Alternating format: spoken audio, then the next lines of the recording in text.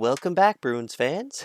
Today I get the pleasure of talking about the 7-0 shellacking of the Los Angeles Kings.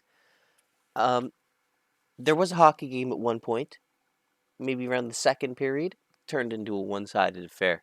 But let's try and break down that first bit of the game especially, because there were some interesting moments we can talk about. No real housekeeping to talk about. Still Lazar, just talking about Lazar, he's my favorite player. He's still out, and Froden is still in.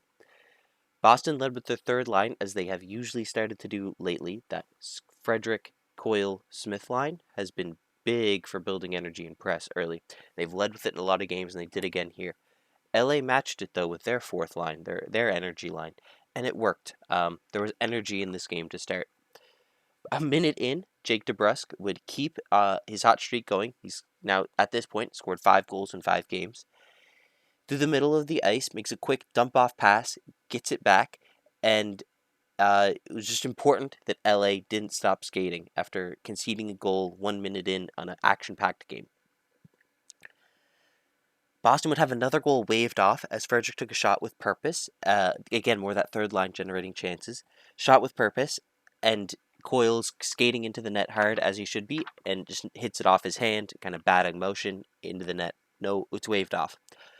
But LA were skating well and moving the puck into dangerous ice. Swayman was looking very, very stable and consistent, though. There are some games where Swayman just looks absolutely locked in on knuckling pucks, and this is one of those early. Deneau had a strong one-time attempt that went just wide. Pasternak had a look from Hall, and Hall got the rebound to that attempt after Hall had a nice takeaway in the neutral zone. Taylor Hall looked really good this game. Kopitar tests Swayman's glove, so there were chances definitely coming on both sides. But Jake DeBrusk would score again and make it 2-0 for the Bruins midway through the first. He took a pizza from Anderson as Anderson tried to make a cross-ice seam pass in his own zone. Jake DeBrusk says thank you very much. Shoots it high, and it just kind of knuckles through or rolls through Quick's glove. One that he might want back, but it's just a tough one. Lemieux and Frederick agree to go at it after that, maybe trying to claw some energy back for the Kings. And it was just a really good fight. Haymakers thrown on both sides. Both boys wanted to go after it. Quick absolutely robs Foligno, McAvoy, and Froden in one sequence, in one cycle. There was one of those ones where Quick had his back to the puck and was just, flailing his arms out to the sides and robbed Froden of his first goal in the NHL. Boston would go on a power play not long after that, though. It was a tripping call on Riley's. He was trying to make a spin move on the blue line. Boston's defensemen are not afraid to hold on to the puck and make a move with it. We just have to be very, very certain that we're not going to get punished and lead to a breakaway the other way. Speaking of breakaways, Kempe would have a partial break shorthanded in this as the period was expiring, and it was a fantastic opportunity for the Kings to claw their way back into this game in a 2-0 hockey game. Kempe on a shorthanded partial break, he falls down to the ice and crashes into Swayman. It was scary to see. Both seemed okay and got up. Live, it looked like there was contact from Pasternak, and I thought it would have been called a penalty and a breakaway live. On the replay, maybe his skate caught a little jut in the ice or something. I don't want to speak with authority on that, but live, I thought it probably would have been a breakaway call just looking at it live. But obviously, things change, and it's different on ice level. Shots were 12-9 at the end of the first period, and it was a really, really entertaining period of hockey. Great game so far. Nice save by Quick to start the period on a Marchand backhand. Partial break for him as well. But then Jake DeBrusk would actually scores hat-trick goal. His first ever career hat-trick would come not long into the second period. Jake DeBrusk had a really nice entry into the zone, dumped it off on the blue line horizontally across to Bergeron. And then Bergeron takes a shot as Jake DeBrusk is doing what he should and absolutely crashing that net. Looking for a tip. Beautiful job. Gets his hat trick. It was one of those ones that was up high and he knocks it down on Quick. Really hard one to save. The Kings would get a power play. Not just a one-man, but a two-man power play for 1 minute and 22 seconds not long after this third goal. And if there's ever a time to claw your way back into this game, now is absolutely when you do it for the Kings. You had that opportunity late in the first that didn't go your way. This 5-on-3 has to be where it gets done. I don't want to point too many fingers and harp on this too hard, but when you are on a two-man advantage, can we just acknowledge how strong and stable Boston's shape looks? They're not getting baited out by three players occupying the same ice that one or maybe two player should be in. If we look at the Kings 5-on-3, they squandered a huge opportunity here. It seemed like they were only playing their power play on one side of the ice, on one like half of the ice. Obviously, it's in the Bruins zone, but they had divided it up again into like a quarter. It was just one section. It was either the right side or the left side, or it was just up top or just around the horn. Is that Boston's penalty kill doing a great job of keeping their shape? Probably not, because there's only three of them, and there's two extra unguarded Kings players. So it was probably just the Kings not finding good areas of the ice, not finding open areas of the ice. Like there has to be a D-man getting ready to pinch here, or more ideally, there's a winger posted up here on the bumper, ready for a one-time attempt. Boston would kill this two-man advantage, and that's an incredible way to take the wind out of the sails of the Kings. If you have such a big chance to score, you're not even able to generate really great chances from it. Right after this, I want to talk about Clifton not liking his D-to-D passes, because he did it again this game. I have mentioned it in the Colorado game, and I want to show another picture of this, just to harp on it, because this is Clifton here. Count the Bruins, we're on 5-on-5. Note there's only four, so there's a fifth Bruins player that's deep, either behind the red line or right in front of the Colorado goalie, Grubauer. What Clifton does here is try a spin move on the wall with three of his players still in the offensive zone. You're never gonna. I understand what you're trying to do. You're trying to force the play and do something a little bit unexpected and take a big advantage from it. But when you have an absolutely free back to D pass, you really need to take that at the NHL level, especially because really good teams can punish you really hard for it if you mess up or if they pick off the pass and get a nice break. So Clifton did that again with Forbert. I really want to hammer home to Clifton that the D pass is bread and butter for defensemen in the NHL. Should be done a lot. Swayman is looking for his shutout and also an assist as the third line continues to be annoying to play against. Tries to make a nice little outlet pass as the Bruins streak down the other way. The Kings were not skating well after this 5-on-3. There was much less press in the Bruins zone. You could really feel like less of their legs were moving, a little bit of deflation on the bench maybe. First line was definitely bringing the best out of Jake DeBrusk. And what I mean by that is Patrice Bergeron and Brad Marchand are very high caliber players. They push the pace of the game and force you to get on their level. Jake DeBrusk is very much in a sink or swim situation right now, having requested a trade and not flourishing in the rest, and not really carving out a space in the rest of the lineup. He's kind of been all over the place so far this year, and an opportunity for the first line where he's really producing is so good for him as a person, and it's good for the Bruins as a team, and it's good for their GM who might have to trade him. So really good all around. Kopitar had a rebound chance. Swayman looked really strong. Low glove was a vacuum all game. Boston would go on the power play as Dursey took a holding call. I don't want to harp on this one, but there was a play that kind of led Haula into the boards from behind. I could have seen it from a hip behind or a boarding call. Neither was called. It was a holding on Pasternak, holding on the jersey right next to it. I think that was a bit of a miscall or a makeup call. Didn't want to do the actual call, gave him something less.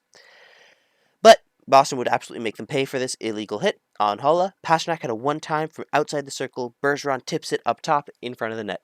Beautiful inside position by Bergeron. Wouldn't be the first time the Bruins were getting inside position in front of the net and making the Kings pay. Less than 1 minute later, Hall would keep his 2-on-1 with Haula. Beat Quick. This would signal the end of the night for Quick at 5-0. We can look and see that Pettersson comes in. So on 19 shots faced, 5 goals were allowed for Jonathan Quick. Not his best night in the office, but he wasn't having a whole lot of support in front of him. Boston D were doing a great job at keeping LA to one shot or one attempt and then clearing the puck out. And even late in the period, it's still one and dones. A lot of one and dones. The shots are technically even at about 19-19, but the game doesn't feel near as close, right? With the scoreline being 5-0. Hull had a nice drop pass to Pasternak one time, and you're really starting to see more of that synergy. Like I talked about that long stretch pass they had the other night, where it was really, really well done on a stretch. This new second line with Haula, Pasternak, and Hull are really finding their synergy night after night, and it's beautiful to see.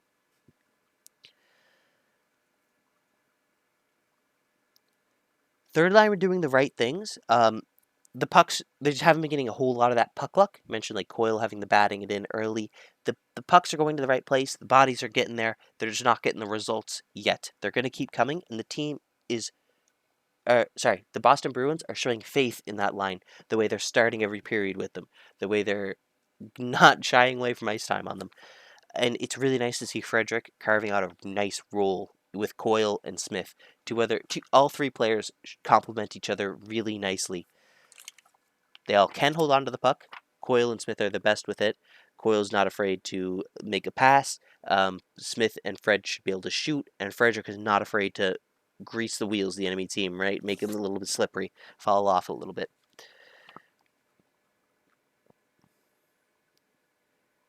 Marchand had a breakaway as Pettersson saved the backhand. Boston would go on the power play, though, as Doughty would slash to Marchand's leg. I think it hit his shin.